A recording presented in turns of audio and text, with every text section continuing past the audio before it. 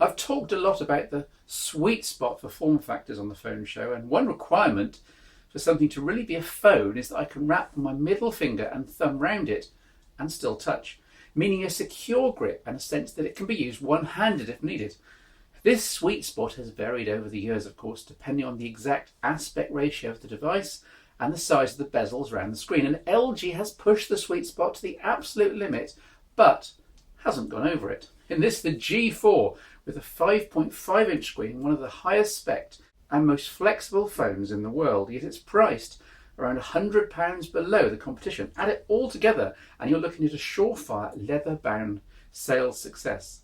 Leather?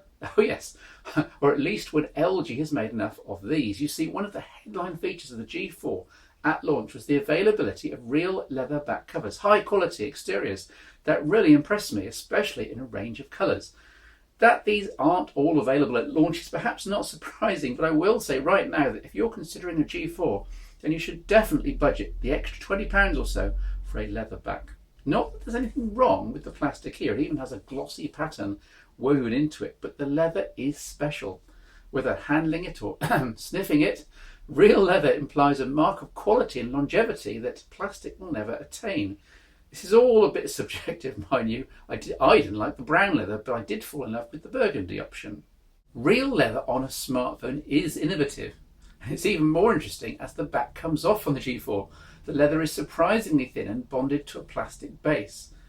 In place, the back feels very solid, but spotting that you can remove it to change the 3000 mAh battery or insert a micro SD card up to 2 TB apparently, and stacked somewhat fiddlily, is that a word, with a micro SIM, is a very good feeling indeed, not least because the previous flag waver for replaceable batteries and expansion cards, Samsung, has seemingly turned its back on the ideas in its headlong chase after iPhone-esque premium status.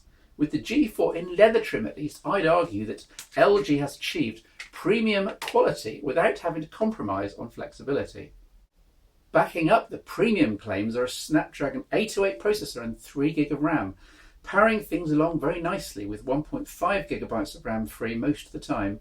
Plenty of overhead should you decide to crank up a big game, for example. 32GB of internal storage underpins the microSD support, while a gorgeous QHD LCD screen makes even the visuals match. I'm still not completely convinced by QHD resolution on phones, but at least with a 5.5-inch screen here, there's room for the pixels to stretch out a little. There's a lot to push around though, and I found the battery life wasn't a whole day at full brightness, something which the quantum tech used seems to demand. Running the G4 on the usually dimmer than you like auto brightness in Android leaves an underwhelming impression, but it does push battery life well into the second day. Not that I should beat up the device too much over this, since you can just swap in another battery in seconds, and since the G4 also supports Qualcomm quick charge chargers, though you don't get one in the box, and even has an optional Qi charging back, so flexibility aplenty. The screen's also curved very, very subtly.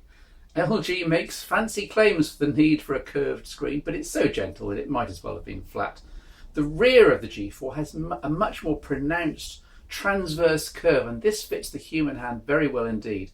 The physical control buttons, volume and power here, are as they were on previous LG top-end smartphones, on the back, underneath the camera glass, so the G4 subtly improves their feel and texture, and for the very first time I found myself using the buttons without wondering what I was pressing half the time and having to check underneath.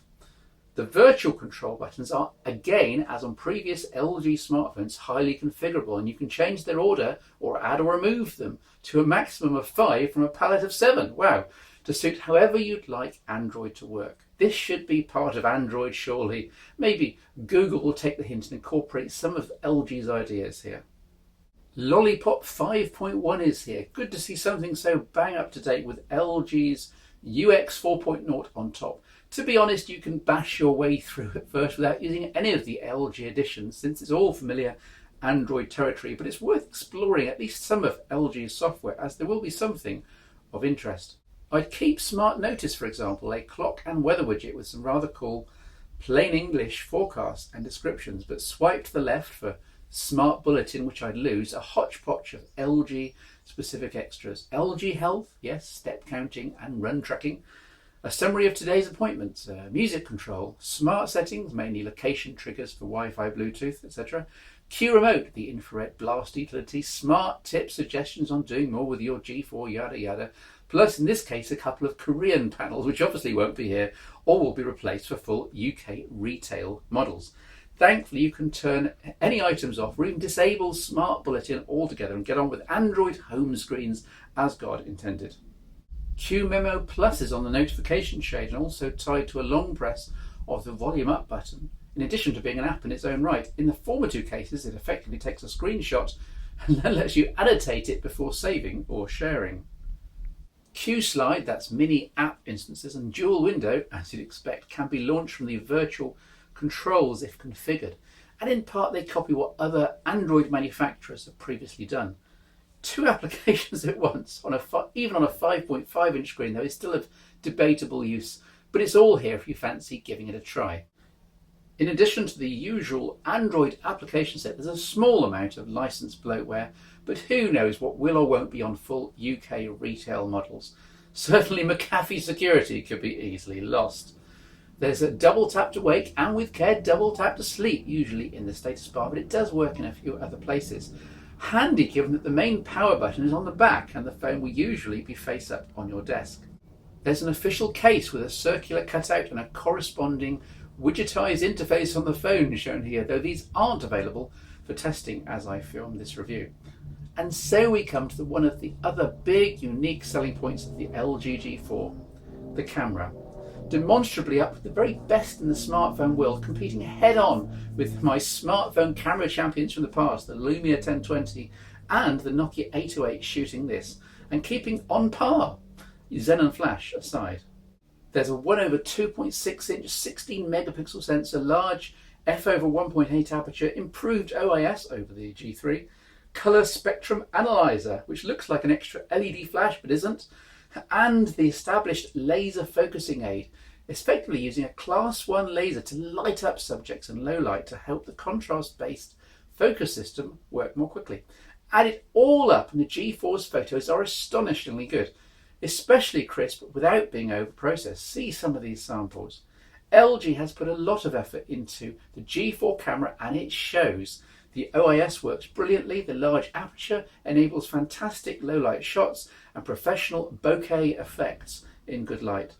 There's an auto HDR mode which works well, turning on when you need it, plus the usual timers and other features. Interestingly, the camera works in 3 modes, simple, auto or manual. In the first you get no controls and just basically tap to focus and take a photo. Auto is as you'd expect from a 2015 camera phone, and manual exposes just about everything you'd see in a DSLR and light meter, aside from aperture control. Buttons everywhere and a sky-high learning curve, plus the ability to shoot in RAW mode, but good to have just in case you really are thinking about ditching that DSLR. Video capture is by default at 1080p, but there's the option to shoot at 4K, though I haven't found a way to grab 8 megapixel stills from the resulting footage, Lumia Moments style. Windows Phone does this very well. This is the 930. Interestingly, Samsung haven't managed to do it on the Galaxy S6 either, so it's obviously harder on Android, and rather negating the point of 4K at this stage in time. The actual quality of captured video was terrific, smooth, colourful and with good stereo audio. By default there's continuous autofocus, but you can also tap on something to freeze focus and carry on shooting at that level. Media playback was also silky smooth, as you'd expect from something with this sort of horsepower, with the bonus that the mono speaker, though on the back, still pumps out a decent volume and tone. Here's a demo.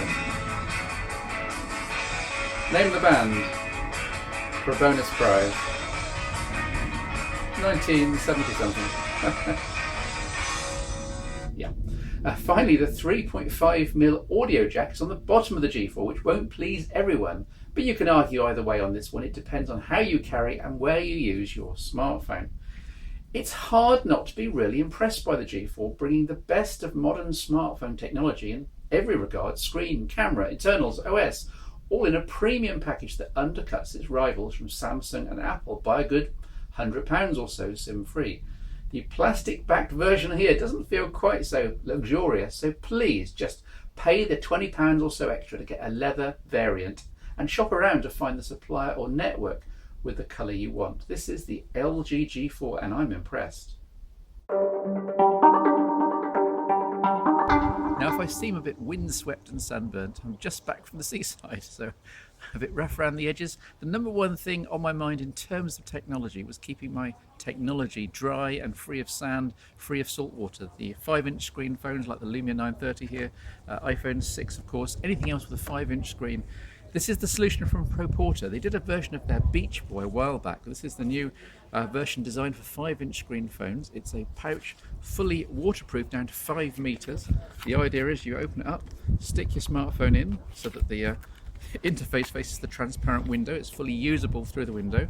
You close one seal, close the other seal, roll over the top and attach with Velcro. So it takes about 10 seconds. But once you've done that, you have got a fully usable smartphone with a capacitive touchscreen, usable through the plastic, and you can literally throw it around on the beach, dunk it in water, even shoot films if you position the camera right underwater. This is the ProPorter BeachBuoy for 5-inch screen phones, and it's rather effective.